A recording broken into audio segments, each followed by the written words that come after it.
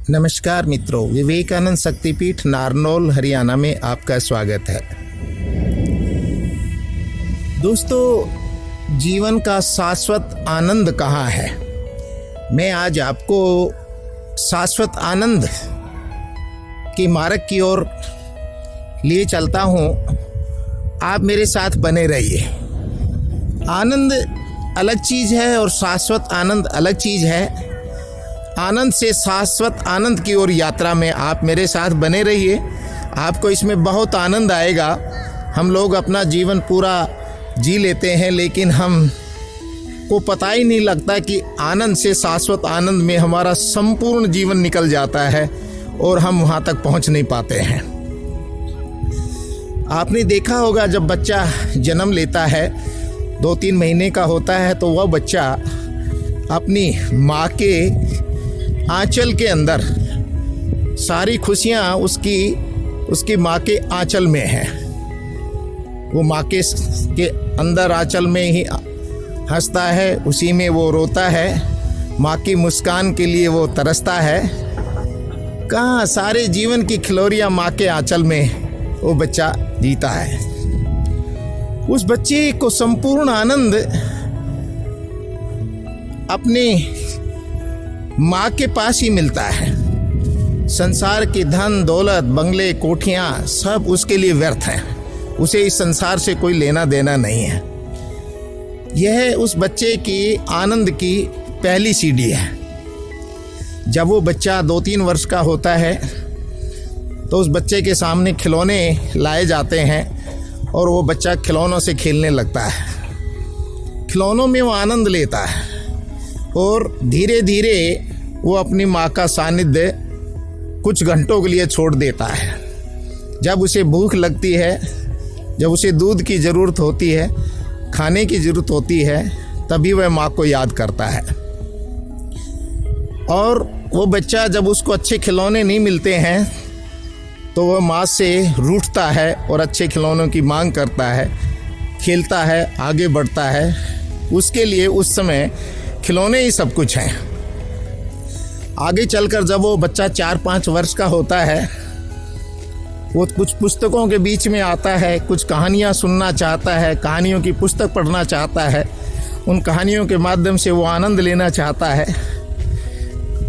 बच्चा धीरे धीरे बढ़ता हुआ जब आगे स्कूल की 10वीं और 12वीं यूनिवर्सिटी की क्लासेस में जाता है तो उसके मैच्योरिटी, उसके ज्ञान की बढ़ने लगती है और उसको आनंद भी दूसरे विषयों में आने लगता है।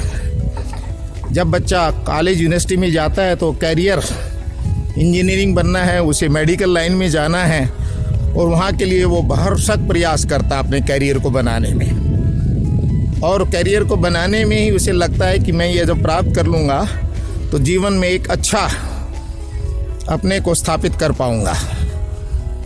जब वह बहुत बड़ा इंजीनियर बन जाता है तब आगे चलकर वो यंग 22-23 वर्ष की अवस्था तक पहुंच जाता है।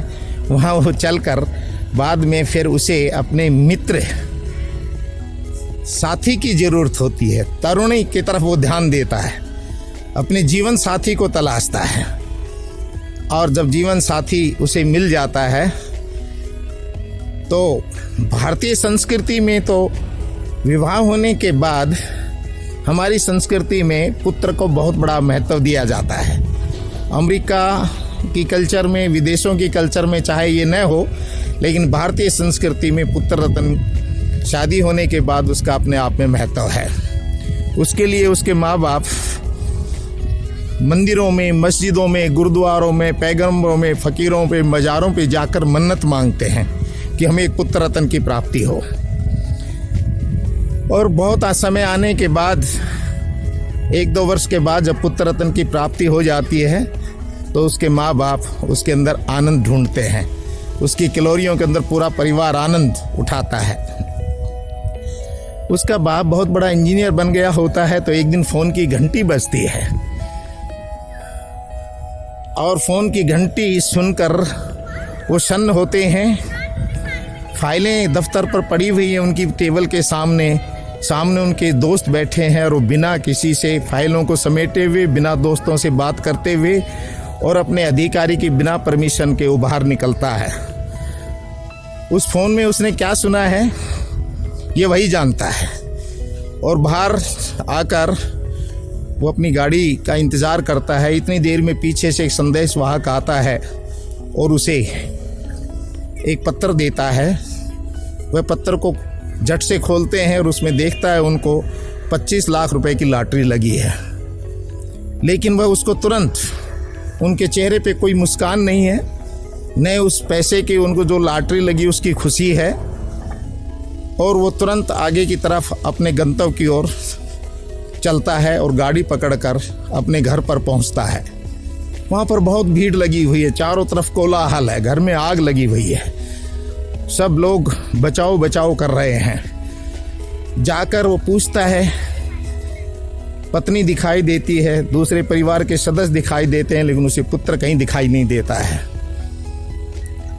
जब आग लगी थी सब लोग दौड़कर बाहर आ गए थे, और बच्चे को जो धाय थी, जो खिलाती थी, उसने उस बच्चे को पालने में छोड़ा था। तो सोचा, सभी ने सोचा कि बच्चे को किसी ने गोद में ले लिया होगा, और इसी शंका में सब लोग बाहर आ गए थे। सब लोग एक दूसरे को देख रहे थे और बच्चे के बारे में पूछ रहे थे। जब सब इकट्ठे हुए पता लगा कि बच्चा तो अंदर ही रह गया है, और उस समय तक चारों तरफ से मकान आग से घिर गया था और लपटें बहुत ज़ोरों से थी, अंदर जाना बहुत मुश्किल था। अब वही व्यक्ति जो बहुत बड़ा इंजीनियर था, वह चिल्ला रहा था, मैं 10 साल की कमाई भी पूरी संपत्ति दे दूंगा, अपने जीवन की सब चीज़ें मैं उस व्यक्ति को दे दूंगा जो इस बच्चे को बचा लेगा, सब कुछ उसको निछावर कर सकता हूँ। लेकिन प्रकृति का अपना खेल था, बच्चा अंदर ही था और लपटों में सुहा हो चुका था। अब प्रश्न यहाँ खड़ा होता है कि जब बच्चा था उसका संपूर्ण आनंद माँ के आंचल में था। कुछ जब 2-3 वर्ष का हुआ तो उसको संपूर्ण आनंद खिलौनों में मिलता था। जब 5-6 वर्ष का हुआ तो उसको आनंद पुस्तकों में आता था। फिर अपने कैरियर के प्रति हुआ, फिर तरुणी की तरफ, जीवन साथी की तरफ हुआ, इच्छाएं और उनके साथ वो चलता रहा। यहाँ पर हम देखते हैं कि जीवन के अंदर यात्राओं में हम चल रहे हैं और यात्राओं का कोई अंत नहीं है। वो समय के अनुसार, अपने स्थान के अनुसार बदल रही है, और आनंद की जो तृप्ति है वो भी समय के अनुसार बदलती जा रही है। आपने सुना होगा रोम का राजा नीरो, जब रोम जल रहा था, नीरो बंसी बजा रहा था। वही नीरो जो एक वक्त रोम नगरी के लिए सब कुछ करने को तैयार था, उसको सुंदर सजाने में उसने सब कुछ लगा दिया था, और एक समय की ये स्थितियाँ आई कि वो अपना चिकारा जो वाद्य यंत्र है, जब वो रोम जल रहा था तो उसके अंदर पहाड़ी पर जाकर उसको जलते हुए देखकर आनंद ले रहा था। आनंद कहाँ है? आनंद की परिभाषाएं बदलती हैं स्थान और समय के अनुसार। अब आप सूर्य को देखिए, जापान के अंदर सूर्योदय उदय होता है, जापान को सूर्योदय का देश कहा जाता है। बाद में वो एशिया, अफ्रीका होते हुए उत्तरी अमेरिका, दक्षिणी अमेरिका की तरफ सूर्य बढ़ता हुआ चला जाता है। किसी देश में उदय हो रहा है, किसी देश में अस्त हो रहा है, किसी देश में फिर उदय हो रहा है, किसी देश में अस्त हो रहा है। लेकिन सूर्य का उदय और अस्त से कोई संबंध नहीं है, वो तो शाश्वत चमक रहा है, न वो कभी उदय होता है न कभी अस्त होता है। ये तो स्थान के ऊपर है कि हम लोग उसको उदय और अस्त का वो देते हैं। अब आनंद की परिभाषा भी यही है कि शाश्वत जो आनंद है वो आत्मा में है, संपूर्ण आनंद आत्मा में है। और जब परिस्थितियां बदलती हैं तो जो आनंद जिस जगह बच्चे की, जो हमारी जो चरण है, जीवन के जो चरण हैं, उनमें जो हम आनंद लेते हुए आए हैं, वो आनंद कुछ वर्षों तक ही चलता है, लेकिन शाश्वत आनंद से हम दूर रहते हैं। शाश्वत आनंद आत्मा में मिलता है और हमें उसकी ओर यात्रा करनी चाहिए। स्वामी रामतीर्थ अपनी आंखों के सामने एक बहुत अच्छा उदाहरण देते हैं और कह रहे हैं कि एक बार मैं गंगा नदी के तट पर घूम रहा था, बारिश का समय था, गंगा में उफान था, बहुत तेज़ी से बाढ़ आई हुई थी, तो गंगा नदी के बीच में एक पेड़ था, उस पर कुछ बंदर रह गए थे, 3-4 बंदर, और एक बंदरिया अपने 4 बच्चों को अपनी पीठ और अपनी छाती से चिपकाए हुए रखे हुए थी। धीरे धीरे नदी का पानी बढ़ता रहा और एक स्थिति आ गई कि काफ़ी ऊंचे तक पानी चला गया। बंदरिया जिस टहनी पर बैठी थी उसने उछलकर दूसरी टहनी पर छलांग लगाई और वहां जाकर बैठ गई। आधा पौन घंटे के बाद पानी उस टहनी तक भी पहुंच गया और उसने देखा कि जब पानी उनके पैरों तक पहुंच गया है, बंदरिया ने वो स्थान थोड़ा सा ऊंचा एक टहनी का और था, वहां प्रयास किया और फिर उस पर उछलकर बैठी। कुछ समय के बाद वहां भी पानी पहुंच गया। अब बंदरिया के पास और कोई रास्ता नहीं था। जब पानी पैरों को टच करने लगा, बढ़ने लगा, तो बंदरिया ने अपने एक बच्चे को उठाया और अपने पैरों के नीचे दबा लिया। पानी फिर बढ़ता रहा। बंदरिया ने दूसरे बच्चे को उठाया और फिर अपने पैरों के नीचे दबा लिया। फिर थोड़ी देर बाद पानी बढ़ा तो फिर निर्दय होकर बंदरिया ने तीसरे बच्चे को अपने पैरों से दबा लिया। अब यहाँ ये प्रश्न उठता है कि कहते हैं कि बंदरिया अपने बच्चे को मरने के बाद कई दिन तक अपनी छाती से अपने साथ उसको हाथ में लिए हुए घूमती है। आज वही बंदरिया अपने बच्चों को पैरों तक दबा रही है। सृष्टि में जब तक स्वार्थ है, जब तक हम उनसे प्रेम करते हैं, जब तक हमारा किसी चीज़ से स्वार्थ है, हम उसको साधते हैं, उससे प्रेम करते हैं, वो हमारे लिए प्रिय है। लेकिन एक स्थिति ये आती है जब अपने जीवन और मरण का प्रश्न आता है और एक स्थिति के अंदर वो सब चीज़ें अपने से दूर फेंक दी जाती हैं, जिस तरह से इस बंदरिया ने अपनी प्रियतम चीज़ को अपने को बचाने के लिए उन बच्चों को नीचे दबाया। माया को समझना बहुत मुश्किल है, लेकिन हम यदि अपने जीवन में अपनी आंखें खोलकर रखें, हमेशा ये रखें कि जीवन का आनंद हमारी आत्मा में है और हम उस तक झांकें और वहाँ तक जानने का प्रयास करें।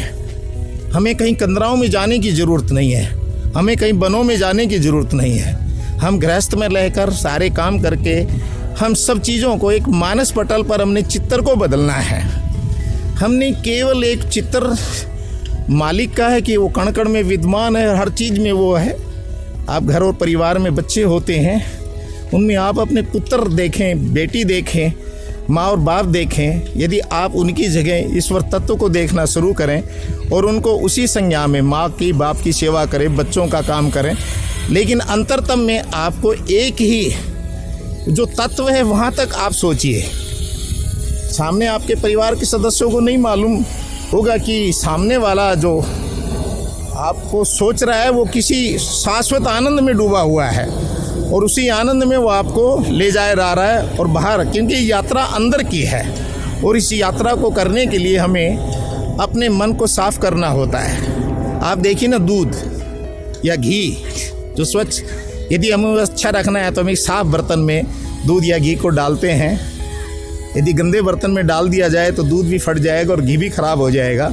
उसी तरह शाश्वत आनंद को हमें यदि अपने जीवन में रखना है तो हमें अपने हृदय की पवित्रता को बनाए रखना होगा।